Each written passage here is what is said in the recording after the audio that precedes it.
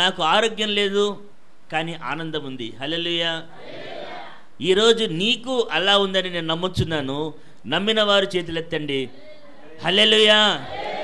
దేవుడికి వినబడినట్లుగా హల్లెలూయా చెప్పాలి. మరి ప్రభు మనల్ని చూసి ఆనందిస్తున్నాడు. ఎందుకంటే ఎవరో ఏదో పోయింది, ఆఖరి రోజు ఏదో పోయింది, ఈరోజు కొత్తగా ఏదో దొరుకుతుందని రాలేదు.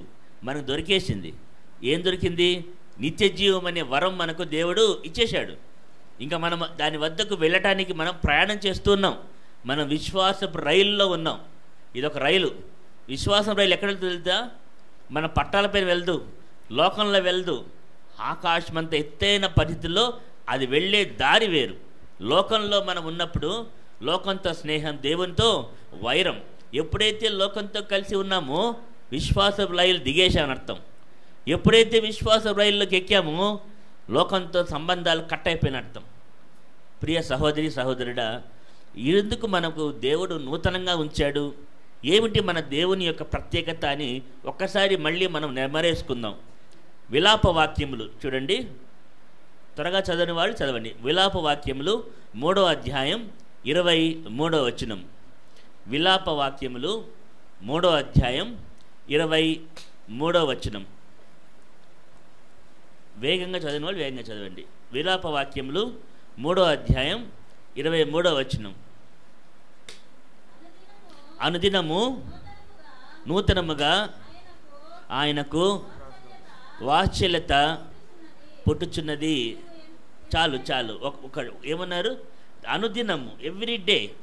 మనం సంవత్సరం గురించి ఆలోచిస్తున్నాము, కానీ ప్రతిరోజు ఆయన వాత్సల్యత నూతనంగా పుట్టుతున్నది. అంటే నిన్నటిది ఈరోజు లేదు, ఈరోజుది రేపు ఉండదు. అంటే మన పట్ల ఆయన యొక్క వాత్సల్యత. వాత్సల్యత అంటే ఏంటి? ఇక్కడ ప్రేమ కదా, కరుణ, దయ, కటాక్షము, ఇలాంటి ఎన్నో పదాలు ఉన్నాయి. అంటే ఇవన్నీ దేవునికి ఉన్న లక్షణాలు. దేవుడు ఆయనలో నుంచి మన పట్ల వచ్చి చూపించే ఎన్నో యొక్క గొప్ప లక్షణాలు, ప్రత్యేకతలు. కానీ వాత్సల్యత అంటే ఏంటంటే ఇవన్నీ అందులో ఉంటాయి కదా, అందులో ఉంటాయి. ఎందుకంటే అమ్మ ప్రేమలో వాత్సల్యత ఉంటుంది, నాన్న ప్రేమలో వాత్సల్యం ఉంటుంది కదా. కానీ తండ్రి అయిన దేవుని ప్రేమ, వాత్సల్యం ఎలా ఉంటుందంటే 2 రకాలుగా ఉంటుంది. వాత్సల్యత అంటే ప్రేమ చూపిస్తుంది, అదే సమయంలో మనల్ని గద్దిస్తుంది కూడా. ఎందుకంటే తన ఇష్టమైన కుమారుని గద్దించే రీతిగా కదా దేవుడు మనల్ని గద్దిస్తాడు. అంతే కదా. ఎందుకంటే దేవుడు మనల్ని ఎంతగానో ప్రేమిస్తున్నాడు కనుక, ఆయన ఎంతగా ప్రేమిస్తాడో అలానే మన జీవితంలో ఉండే బలహీనతలు లేదా తప్పటడుగులు వాటిని చూచి ఆయన గద్దిస్తాడు కదా. కాబట్టి గద్దింపుకు ఎవరైతే లోబడతారో, గద్దింపుకు ఎవరైతే విధేయత చూపిస్తారో వారే ఆయన ప్రేమకు వాత్సల్యతకు అర్హులు. లేకపోతే మనకు అర్హత లేనివారు. ఎందుకంటే గద్దించు నాకు వద్దండి. అందుకే దేవుడు గద్దించినప్పుడు మనకు విసుకొద్దు అన్నాడు. దేవుడు విసుకొద్దు, అరే నాకు ఇలా జరిగిందే, అరే దేవుడు నాకు ఎందుకు ఇలా చేశాడు అని అనొద్దు. ఎందుకంటే దేవుడు ప్రతి విషయము, ప్రతి సంఘటన, నీ జీవితంలో జరిగే ప్రతి విషయం అది దేవుని యొక్క ఆలోచనను, దేవుని యొక్క నడిపింపుకు బయట లేదు, లోపల ఉన్నది. ఇది ప్రతి విశ్వాసి నీ జీవితంలో నీవు తెలుసుకోనవలసిన విషయం. దేవుని నడిపిస్తున్నాడు. ఈ విషయాన్ని మీరు నమ్ముతున్నారా? దేవుని నడిపిస్తున్నాడు అంటే, దేవుడిని నడిపిస్తున్నప్పుడు, దేవుడిని చేయి నువ్వు పట్టుకున్నప్పుడు, ఒక చిన్న పిల్లవాడు తండ్రి చేయి పట్టుకొని నడుస్తున్నాడు. ముళ్ళ కంపలు వస్తాయి, చిన్న చిన్న గుంతలు వస్తాయి, రాళ్ళు అడ్డం వస్తాయి కదా, లేదంటే మిడినాగులు అలా క్రాస్ అయిపోతుంటాయి, తేళ్ళు వస్తుండొచ్చు, ఎన్నన్నా వచ్చి నువ్వు చేయి పట్టుకుని ఉన్నావు కనుక ఆయన నిన్ను తీసుకువెళ్తాడు. నా జీవితంలో ఇవి ఎదురు రాకూడదు అని నువ్వు ఎలా చెప్పగలవు? ఈ యొక్క మార్గంలో ఎన్నో ఒడిదుడుకులు ఈ లోకంలో వస్తాయి. ఎన్నో విషయాలు నువ్వు చూడాల్సి వస్తుంది. ఎన్నో విషయాలు నీ జీవితంలో అడ్డంకులు నువ్వు చూడాల్సి వస్తుంది. ఇవన్నీ దేవుడు నీకు అనుమతిస్తున్నాడని, లేదా ఆయన ముందుకు వెళ్ళి గుంతలు తవ్వొచ్చాడని కాదు కదా. ఇప్పుడు నువ్వు రోడ్డు వెళ్తున్నావు, ఒక అడ్డంకి నీకు వచ్చింది అంటే దేవుడు వెళ్ళి అడ్డంకం పెట్టాడా? లేదంటే ఒక వ్యక్తిని ద్వేషిస్తున్నాడు అనుకుందాం, ఒక వ్యక్తిని శత్రువులాగా ఉన్నాడు అనుకుందాం, అంటే దేవుడు వెళ్ళి అతని శత్రువుగా చేశాడా? లేదు. ఇలాంటి వారు నీ జీవితంలో వస్తారు. కానీ దేవుడు ఎందుకు నిన్ను అనుమతిస్తాడు? దేవుడు ఎందుకు అనుమతించాడు? వాత్సల్యత గల దేవుడు ఎందుకు అనుమతించాడు అంటే, నీవు ఎన్నో పరీక్షల్లో నెగ్గి కదా, పుటం వేయబడినట్లుగా నీవు కదా, బంగారం పుటం వేయబడినట్లుగా నీవు శుద్ధీకరించబడి ఆ యొక్క వాటిల్లో నీవు వచ్చినప్పుడు నీలో ఉండే విశ్వాసము దినదినము పడుతుంది. ఎప్పుడైతే నీకు ఈ సవాళ్ళు ఎదురవుతాయో, ఇలాంటి శోధనలు ఎదురవుతాయో, అప్పుడు నువ్వు దేవుని మహిమను చూడగలుగుతావు కదా. దేవుడి మహిమ ఎలా చూడగలుగుతావు? దేవుడు నీలో జరిగిన గొప్ప కార్యం ఎలా చూడగలుగుతావు అంటే, ఎలా ఉండాలి? ఒక ఎర్ర సముద్రం చీలాలి అంటే, 2 పాయలుగా చీలిపోవాలి ఎర్ర సముద్రము అంటే ఏం కావాలి? ఫరో యొక్క 400 సంవత్సరాల దాస్యం కావాలి. తర్వాత నీవు విడుదల చేయబడిన ముందు సముద్రము, వెనక ఫరో సైన్యము వచ్చి తీరాలి. అంతవరకు దేవుడు ఎదురు చూస్తాడు. తర్వాత ఏం చేస్తాడు? ఎర్ర సముద్రాన్ని చీలుస్తాడు నీ కోసం. హల్లెలూయా! ఇది జరుగుతుంది నీ లోకంలో. నువ్వు అనుకోవచ్చు నీ జీవితంలో ఎన్నో కష్టాలు ఉన్నాయి, ఇది నా జీవితం నుంచి పోదు, లేదా నీ జబ్బు పోదు, లేదా ఇలాంటి సంఘటనలు నా జీవితంలో, ఇంక ఈ కుటుంబంలో ఇలాంటి సంఘటనలు జరుగుతూనే ఉంటాయి, నాకు అడ్డంకులు ఉంటాయి అని నీ జీవితం. లేదంటే నీ ఉద్యోగంలో నీకు అడ్డంకులు ఉండొచ్చు, ఆర్థిక సమస్యలు ఉండొచ్చు, ఎన్నన్నా ఉండొచ్చు. ఇవన్నింటినీ నువ్వు నీ దేవుని చేయి పట్టుకుని నడుస్తున్నప్పుడు దేవుడు ఒకరోజు ఎర్ర సముద్రం చీలుస్తాడు కదా, రాతిలో నుంచి నీళ్లను తీసుకొని వస్తాడు. ఎక్కడైతే జరగదో అక్కడ జరగపటం దేవునికి చాలా చాలా సులువైంది.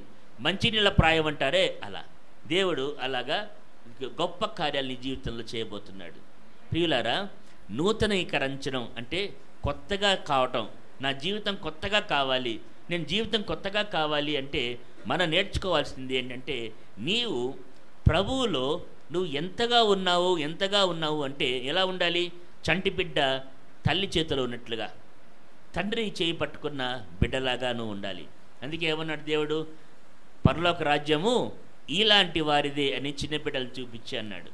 నీవు నీ మాటలు, నీ ఆలోచనలు, నీ యొక్క క్రియలు, నీ యొక్క సొంత అభిప్రాయాలు కాకుండా కేవలం వాక్యం మీద ఆధారపడడం నేర్చుకోవాలి. కేవలం దేవుని యొక్క ఆలోచన, దేవుని నడిపింపు, ఆయన ఎలా నడిపిస్తాడో ఆ విధంగా నువ్వు నడిపించాలి. దీనికి నీకు కావాల్సింది ప్రార్థనా జీవితం. ప్రార్థనలో నువ్వు ఎల్లప్పుడూ ఎడతెగక ప్రార్థన చేయమని దేవుడు చెప్తాడు. ఎడతెగక ప్రార్థన చేయమని ఎందుకు చెప్పాడు అంటే, ఇందుకోసం చెప్పాలి. ఎందుకంటే ప్రతి అడుగు చెయ్యి పట్టుకుని నడవాలి. ఈ చెయ్యి ఏంటి అంటే యేసుప్రభు యొక్క చెయ్యి. యేసుప్రభుకు చెయ్యి అంటే వాక్యమే. వాక్యం శరీరధారి అయి ఈ లోకంలోకి వచ్చింది. కాబట్టి నీకు యేసును పట్టుకోవాలి అంటే ప్రభువా ప్రభువా అని మనం ప్రార్థన చేయడం కాదు, ప్రభువా ప్రభువా అని రాత్రి పగళ్ళు కూర్చొని కన్నీరు గార్చడం కాదు. నువ్వు వాక్యాన్ని పట్టుకోవాలి. దేవుడు నీతో ఏం మాట్లాడుతున్నాడో వినటానికి నీవు నీ హృదయాన్ని నెమ్మది పరుచుకోవాలి. నీ హృదయం ఎప్పుడైతే కలవరము, అల్లకల్లోలము, ఆలోచనలతో, నీ సొంత అభిప్రాయాలతో కలవరము, గలిబిలి చేసుకున్నావు అనుకోండి, ఎలా ఉంటుంది చెప్పండి? మనము బస్టాండ్లో పోయామనుకోండి, బస్సులు పోతుంటాయి, వస్తుంటాయి, హార్న్లు, పక్కుండేవాడితో మాట్లాడాలంటే ఇబ్బంది, ఎందుకంటే వినబడదు, గలిబిలి. నీ హృదయంలో ఈ గలిబిలి ఉంటే కదా, గలిబిలి ఉంటే దేవుడు మాట్లాడుతున్నాడు. దేవుడు ఎప్పుడు కూడా గట్టి గట్టిగా మాట్లాడు, ఆయన మెల్లని స్వరంతో మాట్లాడతాడు. ఆయన వాక్యముతో ఆత్మయందు నీతో మాట్లాడతాడు. అది వినటం చాలా గొప్ప విషయం. ఇక్కడ నేను చేతులు ఎత్తమని చెప్పను, కానీ ఒక్కసారి పరీక్షించుకోండి. నువ్వు ప్రార్థన చేస్తున్నప్పుడు కేవలం చెప్పేవారిగా ఉన్నావా, లేదా దేవుడు మాట్లాడుతుంటే వినేవాడిగా కూడా ఉన్నావా? ఈ రెండు మనం పరీక్షించుకుందాం. ఈరోజు దేవుడు నిన్ను నూతనీకరించాలని, కొత్తగా ఉండాలని అనుకోలేదు. ఎందుకంటే ఆయన వచ్చాడు, నువ్వు కొత్తవాడిగా మారిపోయావు. పాతవి గతించెను, సమస్తము క్రొత్తవాయను. అంటే మళ్ళీ పాతే మళ్ళీ కొత్త అవుతుందనా? కాదు కదా. 2 కొరింథీయులు 5వ అధ్యాయం 17వ వచనంలో ఏముంటుంది? ఇదిగో పాతవి గతించెను, సమస్తము కొత్తమైన.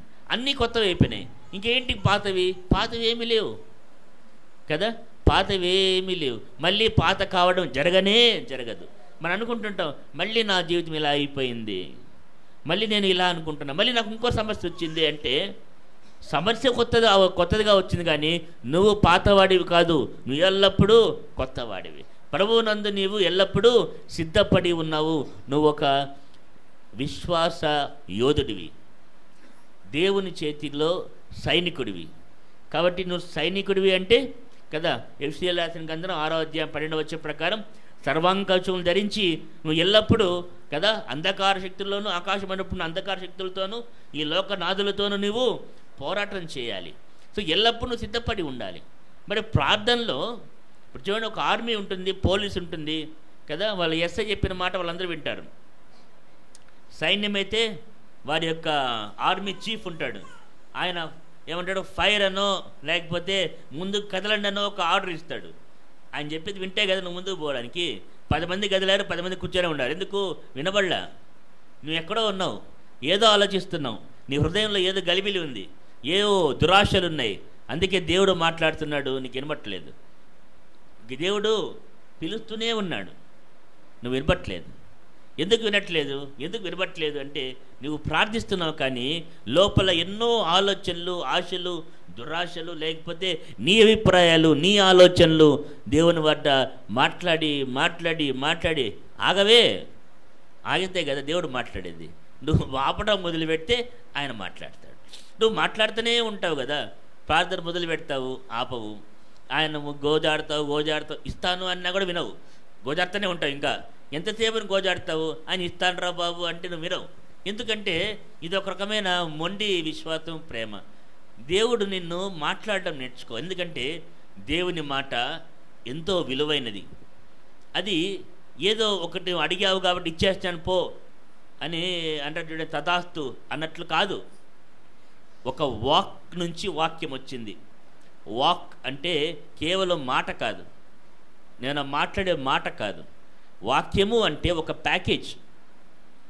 దేవుడు నీ జలములపైన అల్లాడుచుండెను అని ఆదికాండంలో మొదలైనప్పుడు ఆయన వెలుగు కలుగాక అంటే వెలుగు కలిగింది. అంటే ఇంత వెలుగు కలిగిందా? అంటే వెలుగు అంటే ఆ వెలుగు ఎంత ఉందో అంతే వచ్చిందా? It's a package. జంతువులంతా కలవాలన్నాడు, భూజంతువులంతా కావాలన్నాడు, ఒక్కొక్కటి పిలుస్తా వచ్చాడా? It's a package. కలుగాక అని ఒక్క మాటే, కానీ ఒక పెద్ద ప్యాకేజ్ వచ్చింది కదా. లోపల జలచరములంటే ఒక ప్యాకేజ్, మనిషి కూడా ఒక ప్యాకేజ్. హల్లెలూయా. ఆదాము ఒక ప్యాకేజ్. అంటే మనమందరం ఆదాము నుంచి వచ్చిన వాళ్ళమే. కడపటి ఆదాము వచ్చాడు, మనకు విమోచన వచ్చింది. ఒక్కడు మనల్ని పైకి తీసుకొని వచ్చాడు. ఒక్కడు ఈ లోకంలోకి ప్యాకేజీకి వచ్చాడు, కానీ ప్యాకేజ్ చెడిపోయింది. వీళ్ళేమొచ్చాడు? ఒక్కడు ప్యాకేజ్ వచ్చాడు. ఆ ప్యాకేజ్ ఏంటంటే నిత్య జీవం. హల్లెలూయా. క్రీస్తునందు మనకు నిత్య జీవము అని వాక్యం ఉంటుంది. ఏంటి వాక్యము అంటే ఏమన్నాడు? ప్రకటన గ్రంథాల్లో ఏముంటుంది? ఆయన ఆదియు అంతమునే ఉన్నాడు. He is the alpha and omega. ఆయనే మొదటివాడు, కడపటివాడు. దేనికి? చాలామంది చిన్న మిస్అండర్స్టాండింగ్ ఏంటంటే ఆది యందు అంటే మనకి ఆది యందు అంటే భూమి పునాది వేయబడినప్పుడు అర్థం. కానీ ఎందుకు తండ్రి అయిన దేవుడు పుట్టినాడు? మనకు దేవతలు ఎప్పుడు పుట్టారో తెలియదు, ఎలా ఉన్నారో తెలియదు. అదో పెద్ద చరిత్ర. మానవ చరిత్ర ఎంత ఉంటే దేవతల చరిత్ర ఉంటుందో మనకు తెలియదు. లూసిఫర్ ఎప్పుడు చెడిపోయాడు, ఇంతమంది కోట్ల మంది దేవతలు ఎప్పుడు పడిపోయారు, యుద్ధం ఎలా జరిగింది మనకు తెలియదు. పడిపోయాడని మాత్రం చెప్పబడింది. ఎందుకంటే దేవుడు మనకు ఎంత కావాలో అంతే చెప్తాడు, మిగతావే మనకు అనవసరం అంటాడు. కాబట్టి యేసుక్రీస్తు అంతకు మునిపే ఉన్నాడు, ఆయన నుండి సమస్తము కలిగింది. అంటే అంతకుముందుగా అంటే భూమి నుంచి ఆది అంతం. ఆది సృష్టి ఆది అయితే అంటే భూమిలో ఉండే వాటినట్టి ఆయన సృష్టించాడు, మనుషుని సృష్టించాడు. ఆయన విమోచిస్తాడు, విమోచించి వారిని పరిశుద్ధపరిచి పరలోకానికి తీసుకెళ్ళి నిత్య జీవంలో కొత్త భూమి కొత్త ఆకాశాలు ఉంచుతాడు. ఇది package. He is the Jesus Christ. ఆయన వచ్చాడు అంటే సమస్తము ఆయన యందు అవును అన్నట్లే ఉన్నాయి. హల్లెలూయా, ఆమేన్. ఇప్పుడు నీవు ఒక మాట నీ జీవితంలో ఆయనే ఆది అంతం. He is the first and he is the last. మరి మొదటి ఎప్పుడు? నీ కడుపులో నువ్వు గర్భంలో ఉండగానే ఆయన నిన్ను పేరు పెట్టి పిలిచి ఎన్నో గొప్ప ఉద్దేశాలు కలిగి ఉన్నాడు. ఇది కాదు ఆది, ఇది సంకల్పం, వాక్యం. ఆయన యేసుక్రీస్తు నిన్ను పిలిచాడు, తర్వాత ఏర్పరచుకున్నాడు. ఎట్లా? ఆయన నీ పాపములకు ప్రాయశ్చిత్తం చేసి ఇంకేం చేశాడు? తన రక్తంతో నిన్ను కడిగి తన ఆత్మచేత నిన్ను నింపి ఆయనే నీలో ఉండి ఆయన నిన్ను క్రీస్తు కలిగిన వాడిగా రక్షణలోకి తీసుకొని వచ్చాడు. This is the beginning of your life. అంటే నీవు ఇప్పుడు జీవిస్తున్నావు, ఇంతకుముందు నువ్వు జీవించాల. ప్రాణం కలిగి ఉన్నావు, జీవం కలిగి ఉన్నావు, పరిగెడుతున్నావు, మాట్లాడుతున్నావు, నీ ఇష్టానుసారంగా నీవు నేను జీవించాము. ఎప్పుడైతే క్రీస్తు నిన్ను ఏర్పరచుకున్నాడో, దేవుడు ఎప్పుడైతే నిన్ను అభిషేకించాడో, దేవుడు నిన్ను లోకం నుంచి వేరు చేశాడో, ఇప్పుడు క్రీస్తుతో కూడా నీవు మొదటి అడుగు వేస్తున్నావు. ఇది ఆది. ఆయన నిత్య జీవంలో, కొత్త భూమి కొత్త ఆకాశంలో ఆయనతో పాటు కదా గొర్రెపిల్ల వివాహ మహోత్సవంలో ఆయనను మహిమలను చేర్చుకొని పైకి తీసుకొని వెళ్ళి కొత్త భూమి కొత్త ఆకాశాలు ఉంచుకుంటాడు కదా. ఇది అంతం. అంతం ఏంటి కదా? నిరీక్షణ యొక్క అంతం నిత్య జీవమే. కాబట్టి ఈ ఆది అంతము అంటే నా జీవితానికి ఆది అంతము యేసే. యేసులోనే సమస్తము జరుగుతున్నది. యేసులోనే సమస్తము జరుగుతున్నది. యేసుకు బయట, ప్రభువుకు బయట ఏమీ లేదు అన్నది ఈరోజు విశ్వాసిగా మనము మరొక్కసారి ఒకసారి నెమరు వేసుకుందాం. మన విశ్వాసాన్ని గట్టిపరుచుకుందాం కదా. మనం కలవరపడవద్దు కదా, భయపడవద్దు. ఎందుకు అంటే నీవు యేసుక్రీస్తు నందు భద్రంగా ఉన్నావు. చూడుము, అరచేతుల మీద నేను కదా నిన్ను చెక్కి ఉన్నాను అన్నాడు. అంటే the whole package of world, ఈ ప్రపంచము, ఈ యొక్క భూమి, ఈ మొత్తము ప్యాకేజ్ ఆయన చేతిలో ఉంది. నిన్న నేడు రేపు ఏకరీతిగా ఉన్న దేవుని చేతిలో నీవు భద్రంగా ఉన్నావు. కలవరపడద్దు, భయపడవద్దు కదా. ఆ యొక్క పేతురు వారందరూ కలిసి ఆయన గన్నేసరతు కదా ఆ యొక్క పోయినప్పుడు గలిలయ సముద్రం ఉన్నప్పుడు పెద్ద గాలి వాన, భయంకరమైన గాలి వాన వచ్చేటప్పటికి అటు ఇటు కదా కదులుతున్నప్పుడు భయపడిపోయారు మనవాళ్ళు. కలవరపోయేవాడు, అయిపోయింది మా జీవితం అన్నాడు. ఏమి ఇట్లా జరుగుతుంటే ప్రభువు నడుచుకుంటూ వచ్చాడు నీటి మీద నడుచుకున్నప్పుడు పేతురు ఎప్పుడు మొదట ఉంటాడు ఇలాంటి పనులకు. నేను కూడా నడిచానన్నాడు. నడిచాను అంటే నడువు అన్నాడు. నడిచాడు 2 అడుగులు. ఏం చేశాడు? ఆ పక్క ఈ పక్క చూశాడు. అంటే ప్రభువును చూడలేదు. ఏం చూశాడు? చుట్టూ ఉన్న యొక్క ఈ అలలు, గాలి, వీటిని చూశాడు. చూస్తూనే ఏమైపోతుంది? సందేహపడ్డాడు. ఆయన మునిగిపోవడం వదిలిపెట్టాడు. ప్రభు అన్న మాట చూశారా? చాలా మంచి మాట అంటాడు. మన జీవితాలకు కూడా అన్వయించుకునే మాట. పేతురు, ఎందుకు సందేహపడితివి అన్నాడు కదా. ఎందుకు సందేహపడితివి? ఎందుకు మధ్యలో డౌట్ ఎందుకు వచ్చింది నీకు అన్నాడు. సరే ఏం చేస్తావు? నన్ను పట్టుకో ప్రభువా అంటే పట్టుకొని లేపుకొని వచ్చి తీసుకొని వచ్చి పడవెక్కించాడు కదా. ఆయన ఎక్కించాల్సింది, ఈయన పోయి ఆయన పేతురుని ఎక్కించాల్సి వచ్చింది. మన జీవితాల్లో జరిగేటివన్నీ ఇలాంటివి కదా. ప్రభువు మనల్ని ఎక్కించుకోవాలి పై గదికని ఆయన మనలోకి లోపలికి మనం తీసుకోకుండా మనల్నే తీసుకొస్తారు ఆయన. ఎందుకంటే భయపడిపోయి ఉంటాం. బాధ ఏమైపోతుందనే బెదురు కదా. ఎప్పుడైతే ఆయన యొక్క పడవలోకి ప్రవేశించాడో ఒక్కసారిగా మొత్తం సముద్రం నిమ్మళించింది. ఆయన ఎప్పుడైతే మన జీవితంలోకి వస్తాడో మొత్తం నిమ్మళించింది.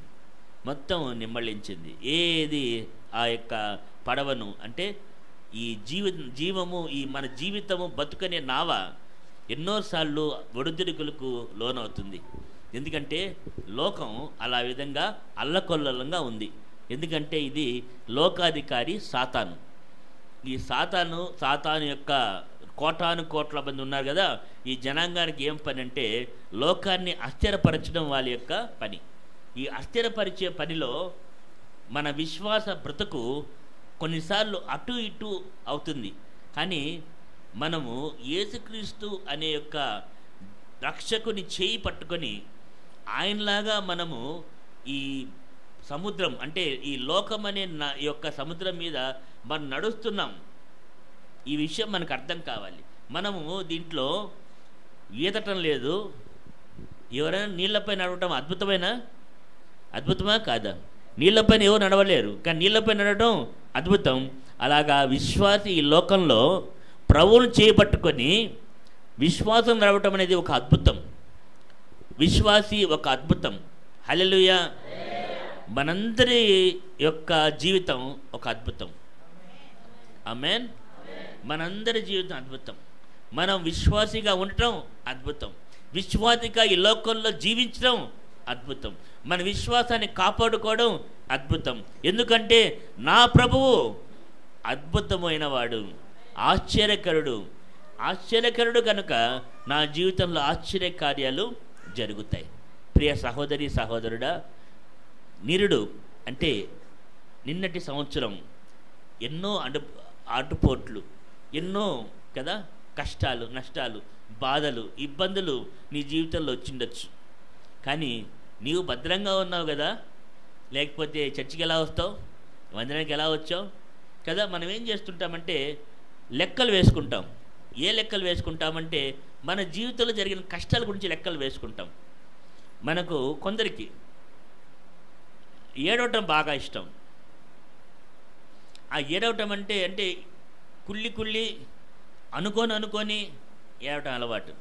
ఎందుకంటే మన చుట్టూ ఉండే యొక్క పరిస్థితులు చూస్తాం, కానీ ఆ పరిస్థితుల్లో నువ్వు భద్రంగా ఉన్నావని, ఆ పరిస్థితులన్నిటిని నువ్వు చక్కబెట్టగల శక్తి కలిగి ఉన్నావని, అతని చేతిలో ఉన్నావనే విషయాన్ని మర్చిపోతాం. కొన్నిసార్లు మనం విజయం సాధించుంటాం, కానీ దాన్ని పట్టించుకోం కదా. 100 విజయాలు సాధించుంటాము, లేదా 99 విజయాలు సాధించుంటాము. ఒక్క అపజయం ఉంటుంది, దాన్ని పట్టుకుని ఏడుస్తూ ఉంటాం.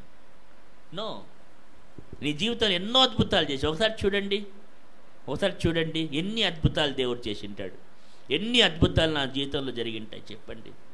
నా యొక్క 21 సంవత్సరాల యొక్క జీవితంలో, అంటే ప్రభువులోకి వచ్చి నేను అనారోగ్యంలో నాకు 2002లో, అంటే ఇంకా మీకు మీ వయసు ఎంత ఉంటుందో మరి అప్పుడు నాకు డాక్టర్స్ రాంగ్ మెడికేషన్ వల్ల నాకు రావటం, ఒక్కసారిగా నా జీవితం సున్నా అయిపోయి డబ్బులు లేవు, ఏమీ లేవు, అన్నీ మూతపడిపోయి ఒక్కసారిగా ఆ కాలంలో కిడ్నీ ఫెయిల్ అంటే కూడా ఎవరు తెలియదు. ఒక్కరోజు హాఫ్ డే సెలవు పెట్టి, ఒక అర్ధ రోజు సెలవు పెట్టి సిమ్స్కి వచ్చాను. వాళ్ళు ఒక రోజు అంతా కూర్చోబెట్టి సాయంత్రం చల్లగా చెప్పారు, 3 రోజుల్లో డయాలసిస్ ఎక్కడ ఉందో అక్కడ పోకపోతే చచ్చిపోతాం అని చెప్పారు. అందరూ ఏడ్చారు, కానీ దేవుడు నాకు ఏడుపు రాలేదు. ఎందుకంటే దేవుడు అంతకుముందు నన్ను చదివించాడు, వాక్యం ద్వారా నాతో మాట్లాడాడు. లోకం పట్ల ఉండే యొక్క ప్రేమ పోయింది, వాక్యం పట్ల నాకు ఒక ఆపేక్ష నా జీవితంలో దేవుడు మాట్లాడాడు. నేను వెళ్ళినప్పుడు దేవుడు నాతో మాట్లాడాడు. చాలా భయంకర స్థితిలో ఉండేవాడు. 43 కేజీలు పడిపోయింది నా యొక్క బాడీ. పోయి నేను విజయ హాస్పిటల్ చెన్నైలో ఒంటరిగా ఉన్నప్పుడు ప్రార్థన చేశాను. ఎందుకంటే నాతో ఉన్న వాళ్ళందరికీ నాకు చాలా మంచి పేరు. సార్ మీకు ఇది రాకూడదు సార్, మీలాంటి వారికి ఇది రాకూడదని చాలామంది అనేవాళ్ళు. నేను నమ్మేశా, అవును కదా, నేను ఇంత పర్ఫెక్ట్గా ఉంటాను, మంచి పేరు బయట, నాకు మరి సాగర్కి రాకూడదు అనుకున్నాను. మోకాల్లోని ఎవరు లేనప్పుడు ప్రార్థన చేశా, అదే ప్రభు నాకు ఎందుకు ఇచ్చావు, ఇంత మంచోడిని, నాకు రాకూడదు కదా అన్నాడు. దేవుడు అన్నాడు, నీ పాపం నీ కన్నెదుట చూపిస్తానని దేవుడు మాట్లాడాడు. దేవుడు ఎప్పుడు మాట్లాడాడో, నా కన్నెదుట ప్రతి ఒక్క చిన్న అతిక్రమం, దేవుని ఎదుట నా జీవితం ఎలా ఉందో, నా యొక్క నీతి మురిగడ్డలాగా ఎలా ఉందో నాకు దేవుడు తెలియజేశాడు. ప్రియులారా, రక్షణ కంటే మనకు ముందు పశ్చాత్తాపం అనేది ఒకటి ఉంటుంది. నిజమైన పశ్చాత్తాపం ఏంటంటే పాపముల గురించి తెలుసుకోవడం కాదు, నేను పాపిని అని నాకు గ్రహింపు రావటం అనేది రక్షణకు నిజమైన సూత్రం. దేవుడు నా పాపములు ఎన్నో ఉన్నాయి, నేను ఈ పాపం చేశాను వదిలేస్తాను, ఈ పాపం చేశాను వదిలేస్తాను కాదు. నీ హృదయమే నాది జబ్బు గలది, నాలోంచి వచ్చేది ప్రతి ఒక్కటి ఘోరమైన పాపమే. కనుక నేను పాపిని, టోటల్గా నా కాన్సెప్ట్ ఏంటంటే నేను టోటల్గా చెడిపోయిన వాడిని అని నాకు దేవుడు ఎరుకపరిచాడు. ఇది పరిశుద్ధాత్మని కార్యం. పరిశుద్ధాత్మ నాకు తెలియజేశాడు. ఏం చేసేసి అంటే నేను పాపిని నన్ను ఒప్పింపజేశాడు, లేకపోతే నేను ఒప్పుకోను. నా స్వనీతి అనేది నన్ను పట్టి ఉంచింది. నేను చాలా మంచివాడిని అనుకునేవాడిని. దేవుడి ఎదుట నా జీవితం మురిగుడ్డలాగా ఉన్నాయని, నా జీవితము చక్కపరుచుకోవాలని నాకు దేవుడు తెలియజేశాడు. ఎప్పుడైతే తెలియజేశాడో, నేను పాపిని అని ఎప్పుడైతే నేను అర్థమైందో నేను దేవుని ముందు మోకాళ్ళని మొట్టమొదటిసారి నేను నిజమైన ప్రార్థన చేశాను. అంతవరకు కదా స్వనీతితో చేసిన ప్రార్థన కదా, ఈ ప్రార్థన పరిసయ్యుని ప్రార్థన దేవుడు అంగీకరించలే. తర్వాత నాకు శుంకరి ప్రార్థన వచ్చింది, ప్రభువా నేను పాపిని, నన్ను రక్షించు అన్నాను.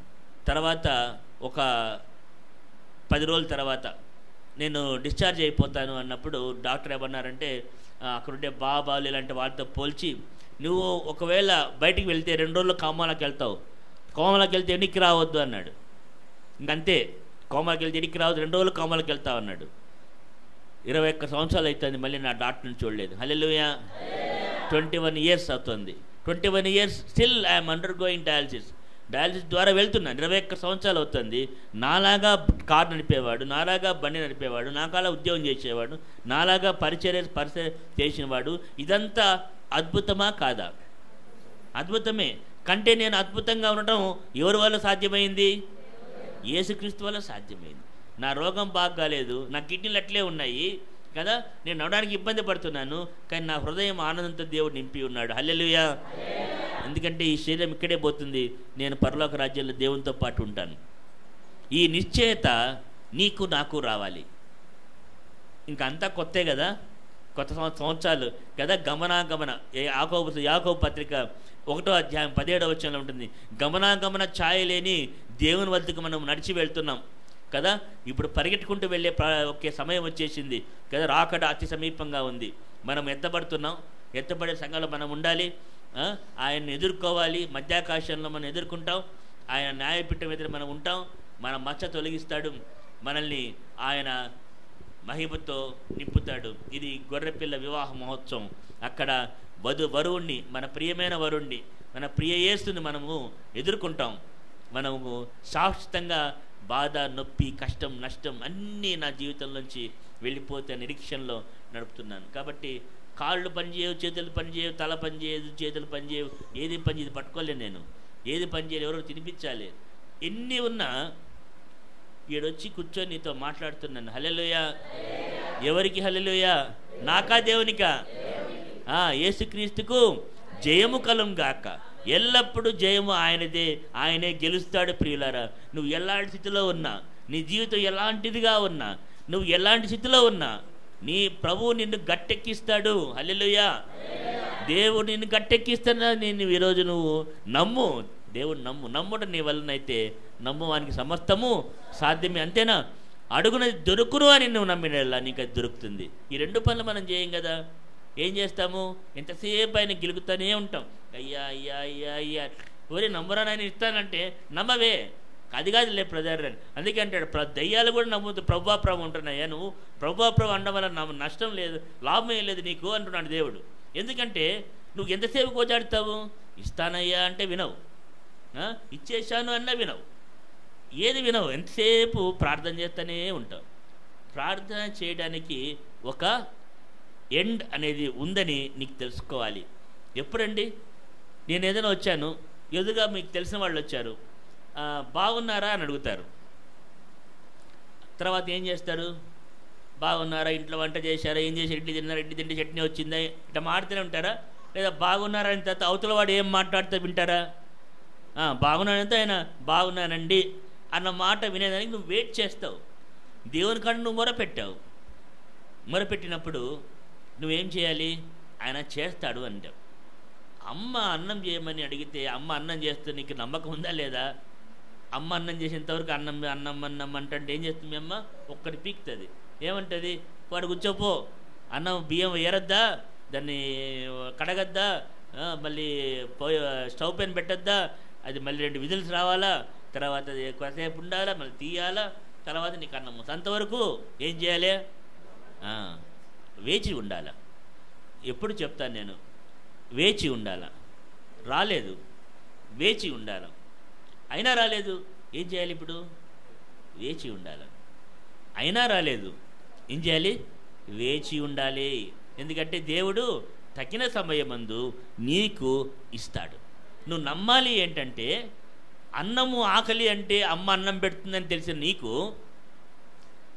నీ దేవాదేవుడు నీ కోసం ఆయన ప్రాణం పెట్టి విడవకూడని భాగ్యాన్ని విడిచి నీ వద్దకు వచ్చి కదా, విడవకూడని భాగ్యాన్ని విడిచి ఈ లోకంలోకి వచ్చి మన యొక్క పాపమును శాపమును ఆయన భరించి, ఆయన శిలువ పైన రక్తాన్ని కార్చి గాయపడి కదా పూర్తిగా దున్నబడినట్లుగా చూడడానికి ఆ ఏ స్వరూపము లేనట్టుగా దున్నబడి నీ కోసం ఆయన చేస్తే, అలాంటి దేవుడు నీకేమి చేయడా?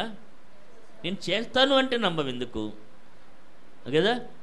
పాకెట్ మనీ ఇస్తే అడిగితే మా నాయన ఇస్తాడు పాకెట్ మనీ, బండి కొనియమంటే మా నాయన బండి కొనిస్తాడు కదా, బుక్కులు కొనియమంటే మా నాయన బుక్కులు కొనిస్తాడు, సినిమాకి వెళ్తానంటే డబ్బులు ఇస్తాడు. కానీ యేసు ప్రభు చేస్తాను అంటే చేస్తాడు అని నువ్వు ఎందుకు నమ్మవు కదా. కొత్తగా జన్మించి ఎల్లప్పుడూ నూతన వాత్సల్యం చేత దేవుని చేత పోషింపబడుతున్న ప్రియ విశ్వాసి, నమ్ముడు నీ వల్ల అయితే సమస్తము సాధ్యమే. పాతవన్నీ కొత్త సంవత్సరంలోనికి తేకు, ఎందుకంటే పాతవి గతించాయి. ప్రతి సంవత్సరం పాతవి గతించకూడదు, ఒక్కసారి గతించాలి. సమస్తము నూతనంగా కావాలి. నేను మళ్ళీ మళ్ళీ పడిపోతాను కాదు, ఎన్నిసార్లన్నా నీతిమంతుడిగా నువ్వు తీర్చబడి నీతిమంతునిగా పోరాడు. చాలామంది అంటారు, ఈరోజు మందు తాగినాను, 10 రోజుల తర్వాత మళ్ళీ మందు తాగినాను అంటే ఏంటి? నీతిమంతుడు ఎన్నిసార్లు పడినాను తిరిగి లేస్తారంటే మందు అయి పడ్డాడు, మళ్ళీ 10 రోజులు బాగుంటాడు, మళ్ళీ పడతాడు, మళ్ళీ తిరిగి లేస్తాడు. ఇది కాదు తిరిగి లేవడం అంటే.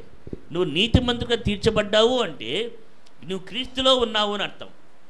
క్రీస్తులో ఉన్నావు అన్నప్పుడు సాతానుతో లోకంలో ఎన్నో శత్రుత్వాలు ఎన్నో వస్తాయి. అందులో నీవు ఎంతో మందితో పోరాడాల్సి వస్తుంది. ఎలాంటి పోరాటం అంటే ఏంటి?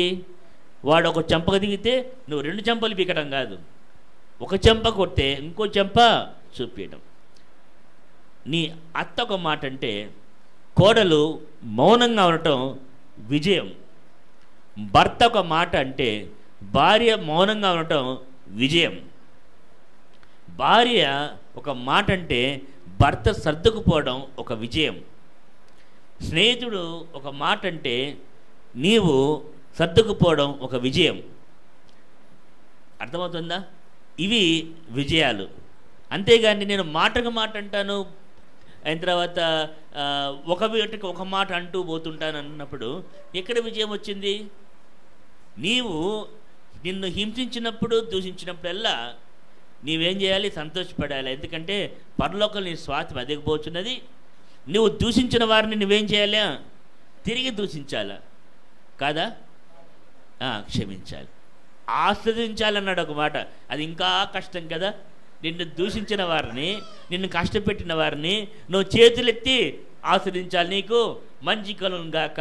ఇది ఇంత గొప్ప విజయం ఎంతమంది సాధించాం ఒక మారి చూసుకోనండి. ఇది కదా దేవుళ్ళ విజయం అంటే. జయ జీవితం అంటే ఇది. వారికి జీవకిరీటం ఇస్తా అని దేవుడు అన్నాడు. జయించిన వానికి దేవుడు జీవకిరీటం ఇస్తా అన్నాడు.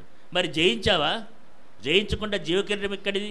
ఓడిపోయడానికి నెత్తిన కిరీటం పెడతారండి? ఎవరైనా ఎక్కడ ఉన్నారు? అక్కడ గెలిచిన వాడికి కిరీటం, ఓడిన వాడికి కిరీటం ఏం లేదు. కిరీటం తీసేసి వాడు ఇవ్వాలి, గెలిచిన వాడికి ఇవ్వాలి కిరీటం. మరి నువ్వు జయించినప్పుడు కదా నీకు కిరీటం ఇస్తాడు దేవుడు. ఎప్పుడు జయించావా? జయిస్తే మంచి దేవుని స్తుతి కలుగును గాక. జయించలేకపోతే మాత్రం నువ్వు పడిపోయని అర్థం. దీని పడిపోవడం అంటే. కానీ కీర్తనందరూ మళ్ళీ తిరిగి లేవగలవు. ఇది నీతిమంతుడు 7 మార్లు పడినను తిరిగి లేస్తాడు. కొన్నిసార్లు బలీనత ఎందునో లేకపోతే ఎంతో శోధనలో శ్రమల్లో కదా నొక్కిపడినప్పుడు కొన్నిసార్లు బలహీనత వల్ల పడిపోవడమో జరగవచ్చు. ఏ విధంగా?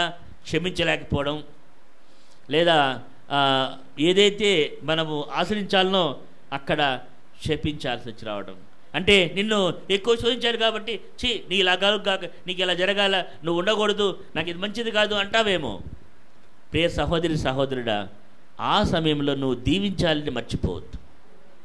నువ్వు ఓడిపోయావని అర్థం. ఎక్కడ ఆశ్రయించాలో అక్కడ క్షమించావు, ఎక్కడ ప్రేమించాలో ఎక్కడ క్షమించాలో అక్కడ నువ్వు క్షమించలేకపోయావు. ప్రభువు నీలో ఉన్నాడు. పరిశుద్ధాత్మని నువ్వు నొప్పిస్తున్నావు అని దేవుడు అంటున్నాడు.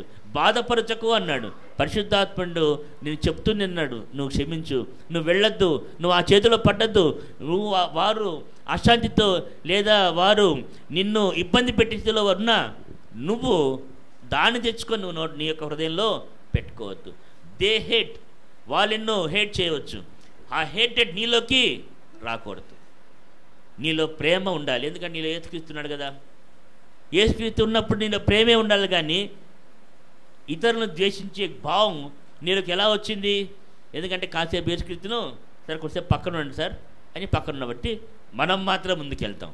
ఎప్పుడు మనం మాత్రం ముందుకెళ్తామో ప్రేమ పోయి ద్వేషం వచ్చింది.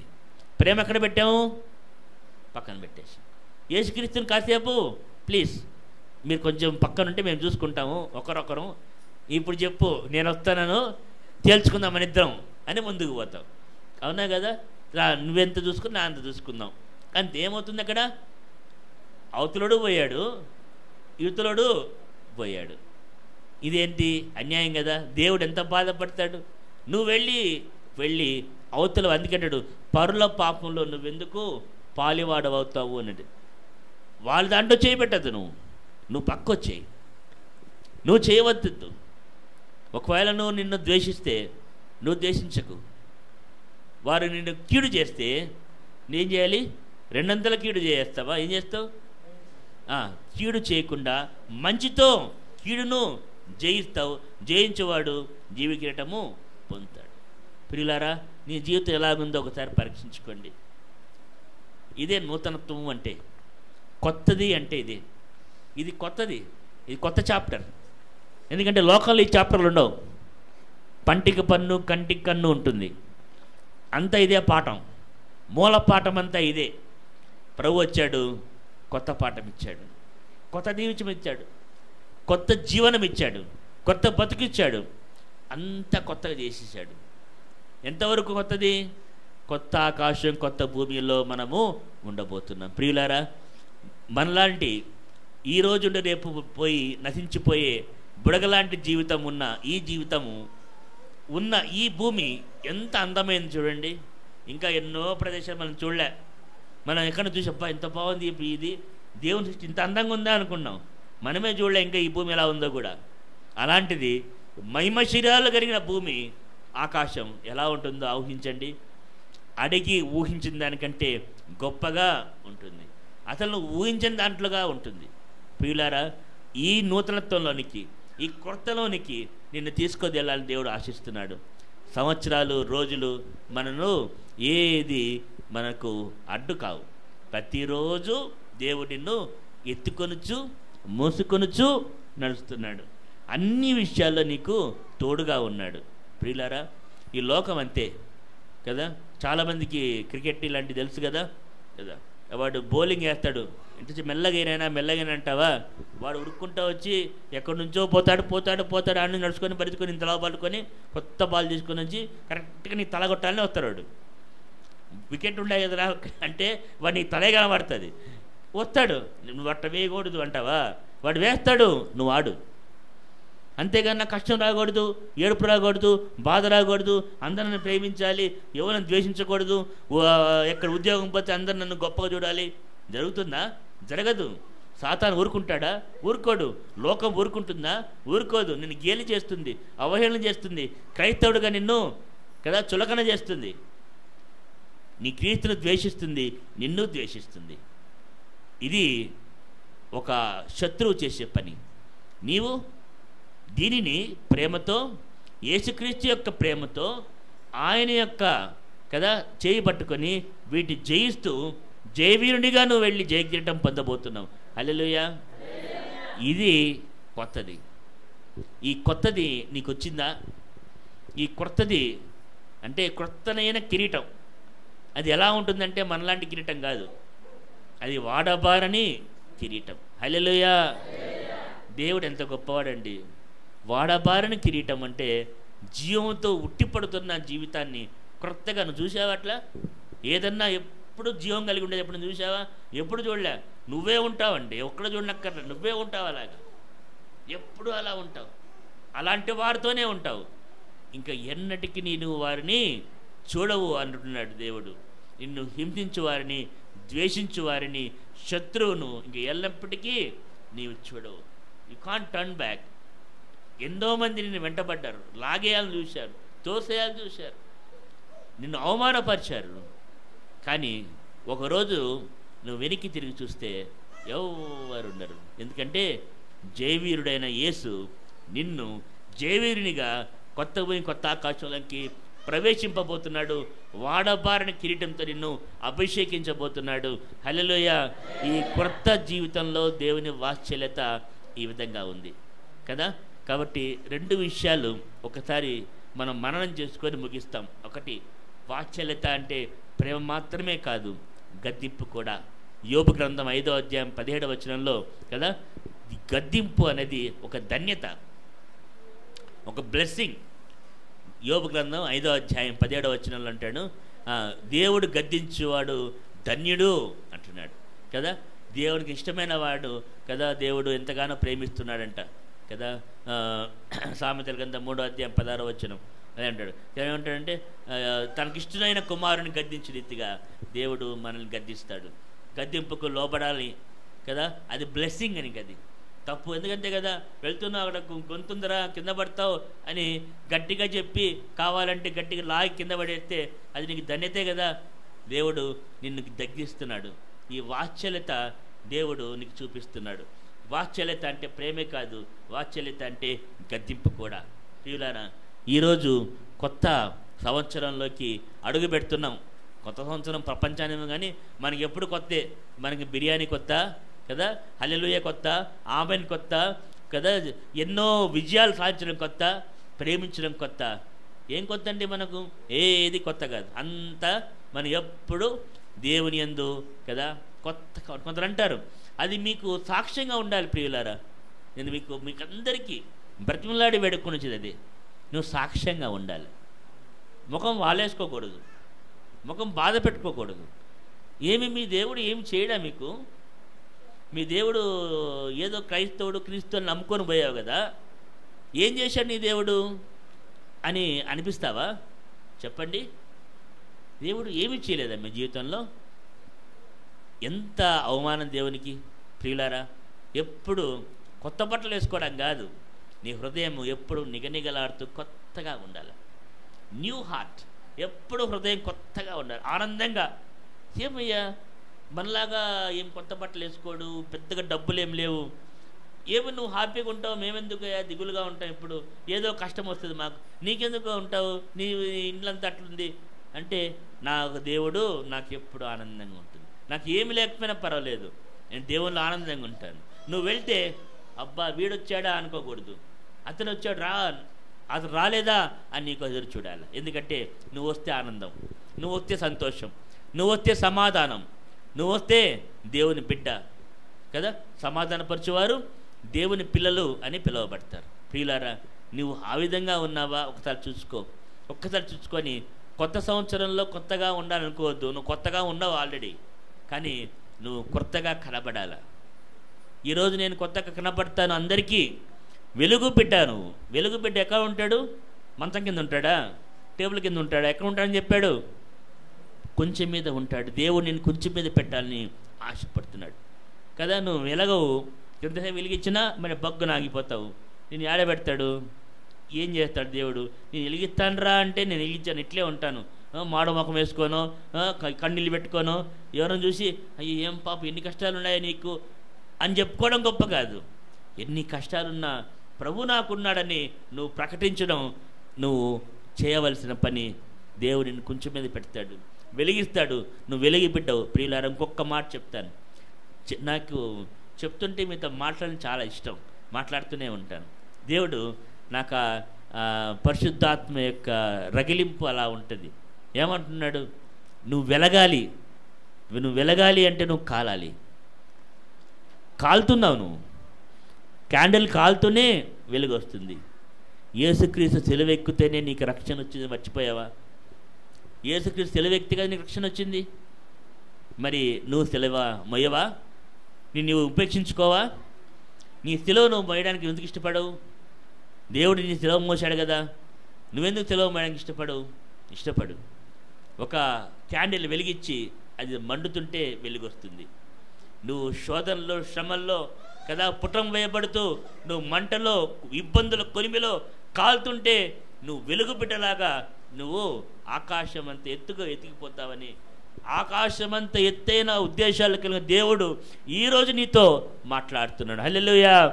నిన్ను దేవుడు ఎత్తైన కొండకు, పర్వతాన్ని ఎక్కించాలని ఆశపడుతున్నాడు. ఎక్కాలి, నీకు ఉందా లేదా? ఎక్కాలి అనుకున్న వారి చేతులు ఎత్తండి. లేదు, పర్వతం కిందే ఉంటాను, ఎక్కను, నేను ఎడుతూ ఉంటాను అనుకుంటున్నావా? సంతోషం, దేవుడు చూస్తున్నాడు, నిన్ను ఎక్కిస్తాడు. ఎక్కించాలని దేవుడు ఆశపడుతున్నాడు. ఎందుకంటే మనవాడు యేసు ఎలాంటి వాడు? సీనాయి కొండ మీద ఉంటాడు. సీనాయి కొండ దిగితే కొండ రెండు ఒక్కలవుతుంది. నీ దేవుడు అలాంటి దేవుడు. మరి ఎందుకు ఊరుకున్నాడు అంటే, ఇంకా మనలాంటి సహోదరులు ఎంతమందో లోపలికి రావాలని ఊరక నిలిచుండి చూస్తూ ఉండు. ఒకరోజు ఎర్ర సముద్రం చీల్తుంది, ఫరో సైన్యమిక కనబడదు. హల్లెలూయా. ఫరో సైన్యం లాంటి ఎన్ని కష్టాలు, ఎన్ని నష్టాలు, ఎన్ని ఇబ్బందులు నీ జీవితంలో ఉన్నా అవి కనబడవు, ఎన్నటికీ కనబడవు. ఈరోజు మనం ప్రార్థన చేయబోతున్నాం. ఒక చిన్న ప్రార్థన చేస్తాను. కొత్త సంవత్సరంలో కాదు, మన జీవితంలో కొత్తగా ఉన్న మనము క్రొత్తగా ఉన్నాము అని ఒకసారి చెప్తాం. క్రొత్తగా ఉన్నామని ఒకసారి చెప్తాం. ఏమని చెప్తాం? కొత్తగా, దేవుడు ప్రభువా మళ్ళీ నాకు ఎన్నో కష్టాలు ఉన్నాయి అని. దేవుని తెలీదా? తెలుసు. ఒక్కొక్కటి కదా నిన్ను మార్చుకుంటూ, స్థితులు మార్చుకుంటూ కదా. రోమీయులకు రాసిన పత్రిక 8వ అధ్యాయం 28వ వచనం, దేవుని ప్రేమించే వారికి కదా సమస్తము సమకూడాలి కదా అన్నీ. కాబట్టి కొంత టైం వేడు. నువ్వు ఒక్కడే బాగుపడ్డం కాదు, అందరినీ బాగుపరుస్తాడు. కాబట్టి దేవుడు సమస్తము సమకూడి జరుగుతుంది. కాసేపు వేచి ఉండు కదా. ఒక్కసారిగా ఉవ్వెత్తున కెరటంలాగా లేచి కదా నీ జీవితాన్ని, ప్రపంచాన్ని కొత్తగా చూపించడానికి నువ్వు ముందుకు వస్తావని నేను ప్రభువు పేరిట మిమ్మల్ని బ్రతిమలాడుకొనిచున్నాను. ప్రార్థన చేద్దాం. ప్రియ పరలోకపు తండ్రి, ఈ సంఘాన్ని ప్రభువా నువ్వు ఎంతగానో ప్రేమించి తండ్రి రక్షణ భాగ్యాన్ని ధరించి ఈ యొక్క మందిరానికి ప్రవేశించి పెట్టినందుకు ప్రభువా నీకు వేవేల స్తోత్రాలు తెలియజేస్తున్నాను తండ్రి. నీ ప్రేమ ఎంత గొప్పది నాన్న. ప్రభువనైనా మమ్మల్ని ప్రేమించి ఇదిగోనైనా ఎక్కడో తండ్రి చాలా మారుమూల ప్రాంతాల్లో, గ్రామాల్లో తండ్రి ఉన్నవారిని తండ్రి మమ్మల్ని చూచి మమ్మల్ని తీసుకొని వచ్చి ఇదిగోనైనా నీ దాపున కూర్చుండబెట్టినందుకు ప్రభువా నీకు వందనాలు తెలియజేస్తున్నాను తండ్రి. ఇదిగోనైనా నూతన జీవితం మాకు అనుగ్రహించినారు, నూతనత్వం మాకు అనుగ్రహించినారు. పాతవి గతించిపోయినాయి, సమస్తము క్రొత్తవై ఉన్నాయి ప్రభువా మా జీవితంలో తండ్రి. ఎల్లప్పుడూ మీ యందు ఆనందించే భాగ్యం మాకు అనుగ్రహించండి. ఎల్లప్పుడూ ప్రభువా మమ్మల్ని తండ్రి నీ యొక్క వాత్సల్యతలో ప్రేమను, గద్దింపును రెండింటినీ అనుభవించి మా జీవితాన్ని నిరంతరము తండ్రి నూతనీకరించుకుంటూ మా అంతర్య పురుషుడిని నూతనంగా ఉంచుకుంటకు తండ్రి ఇది మాకు సహాయం చేయని వేడుకొనిచున్నాం. ప్రతి ఒక్కరమైన పరిశుద్ధాత్మ అభిషేకం అనుగ్రహించండి. నజరైన యేసు నామన పరిశుద్ధాత్మ చేత అభిషేకించమని వేడుకొనిచున్నాం. నూతన అభిషేకం అనుగ్రహించండి తండ్రి. ఇదిగోనైనా శత్రువును ప్రేమించి ఇదిగోనైనా ఎవరైతే ద్వేషిస్తున్నారో వారిని చేతులెత్తి దీవించే నీ యొక్క ఆత్మను తండ్రి ప్రతి ఒక్క బిడ్డ పైన తండ్రి ఇదిగోనైనా దిగి వచ్చినకు సహాయం చేయమని వేడుకొనిచున్నాం. అవునైనా ప్రభువా సంతోషమైన జీవితాన్ని అనుగ్రహించండి. ఎవరైతే అనారోగ్యంతో బాధపడుచున్నారో వారిని ముట్టండి, స్వస్థపరచండి ప్రభువా. ఎవరైతే ఆర్థిక భారంతో బాధపడుచున్నారో వారందరినీ విడుదల చేయమని వేడుకొనిచున్నాను తండ్రి. ఇదిగోనైనా ఎవరైతే ప్రభువా తమ యొక్క జీవితాల్లో తండ్రి సమాధానం, శాంతి లేదనుకొనిచున్నారో ప్రభువా వారింటిలోనికి ఈరోజే తండ్రి శాంతిని తీసుకురమ్మని వేడుకొనిచున్నాను, సమాధానాన్ని స్థిరపరచమని వేడుకొనిచున్నాను. ఇదిగో ప్రభా ఈ యొక్క సంఘాన్ని దీవించండి, సంఘ కాపరిని దీవించండి, సంఘ కాపరి కుటుంబాన్ని దీవించండి, వారి బిడ్డలను దీవించండి తండ్రి. ఇదిగోనైనా నిరంతరము తండ్రి ఈ యొక్క మందిరంలోనికి క్రొత్త విశ్వాసులు ప్రవేశించడానికి సహాయం చేయని వేడుకొంటున్నాం. ఈ యొక్క చర్చ్ యొక్క ఇదిగోనైనా బౌండరీస్ తండ్రి విశాలపరచండి తండ్రి. ఏ అవసరాలు ఉన్నాయి వాటిన్నింటి తండ్రి మీరు అభిషేకించి వాటిన్నింటినీ స్థిరపరిచి వారిని తండ్రి ఇదిగోనైనా బిడ్డ చేతికి అప్పగించమని నజరైన యేసు నామమున వేడుకొనుచున్నాను తండ్రి. ఆమేన్, ఆమేన్, ఆమేన్. Thank you. దేవుని నామానికి మహిమ కలుగును గాక. మరి ఈ సమయంలో మరి మనము బల్లలోకి వెళ్ళబోతున్నాం. మరి అలాగనే వాగ్దాన ఆరాధన కూడా ఉంది. మరి రాత్రి వాగ్దానం తీసుకొని వారు ఇప్పుడు వాగ్దానాన్ని తీసుకుందాం. మరి ప్రార్థనా పూర్వకంగా మీరు వాగ్దానం తీసుకోండి. ఆ తర్వాత బల్ల ఉంది, బల్లలోకి వెళ్దాం. మరి ఒక చిన్న వాక్యాన్ని చదువుకున్నాం. చిన్న మాట మనం చూద్దాం. పరిశుద్ధ గ్రంథంలో నుండి హబక్కూకు 2:2 వచనాన్ని చదువుదాం. హబక్కూకు త్వరగా చూద్దాం. 2వ అధ్యాయము 2వ వచనాన్ని ఒక్కసారి చదువుదాం ప్లేరా.